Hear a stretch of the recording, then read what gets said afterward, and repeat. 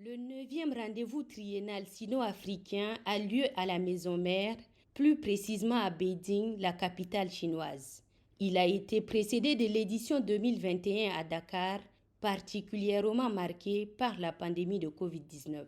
Chefs d'État et de gouvernement, opérateurs économiques africains et chinois et représentants des organisations internationales ont honoré de leur présence cette rencontre au sommet qui vise à insuffler une nouvelle vitalité aux relations sino-africaines.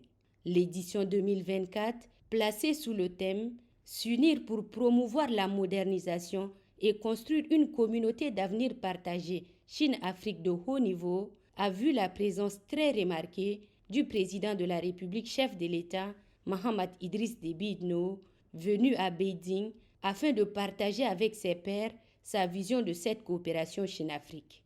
La cérémonie d'ouverture a été ponctuée par plusieurs allocutions, notamment celle du président du pays hôte, Xi Jinping.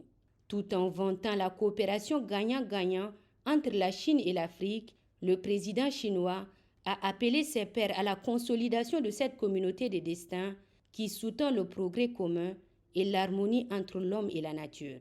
À titre d'annonce, le président chinois dévoile un programme de partenariat ambitieux en 10 points au profit du continent africain. Une enveloppe de plus de 50 milliards de dollars est prévue pour mettre en musique le dit programme qui prend en compte plusieurs domaines sur une durée de 3 ans.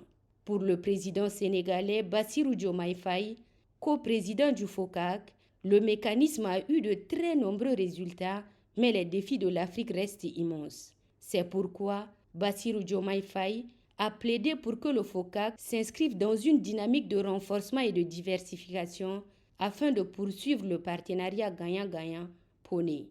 Selon Mohamed Ould Cheikh Ghazouani, président mauritanien, président en exercice de l'Union africaine, en tant que plateforme de haut niveau, le FOCAC a ouvert la voie au développement accéléré de l'Afrique et la Chine.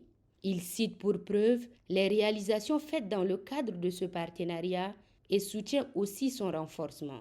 À leur suite, Denis Sassou Nguesso, président de la République du Congo, représentant l'Afrique centrale, Cyril Ramaphosa, président sud-africain, représentant l'Afrique australe, Bola Ahmed Tinubu, président nigérian, représentant l'Afrique de l'Ouest, et Madame Samia Hassan, présidente de la Tanzanie, représentant l'Afrique orientale, se sont relayés pour saluer les 10 actions annoncées par le président Xi Jinping pour accélérer le développement de l'Afrique. Du haut de la tribune d'une 9e édition du FOCAC, le secrétaire général de l'ONU, Antonio Guterres, par ailleurs invité d'honneur du FOCAC, a assuré que la Chine et l'Afrique, en coopérant ensemble, peuvent mener la révolution des énergies renouvelables. Et c'est à Moussa Faki Mahamat, président de la Commission de l'Union africaine, que l'honneur est fait pour clôturer la séquence consacrée aux allocutions.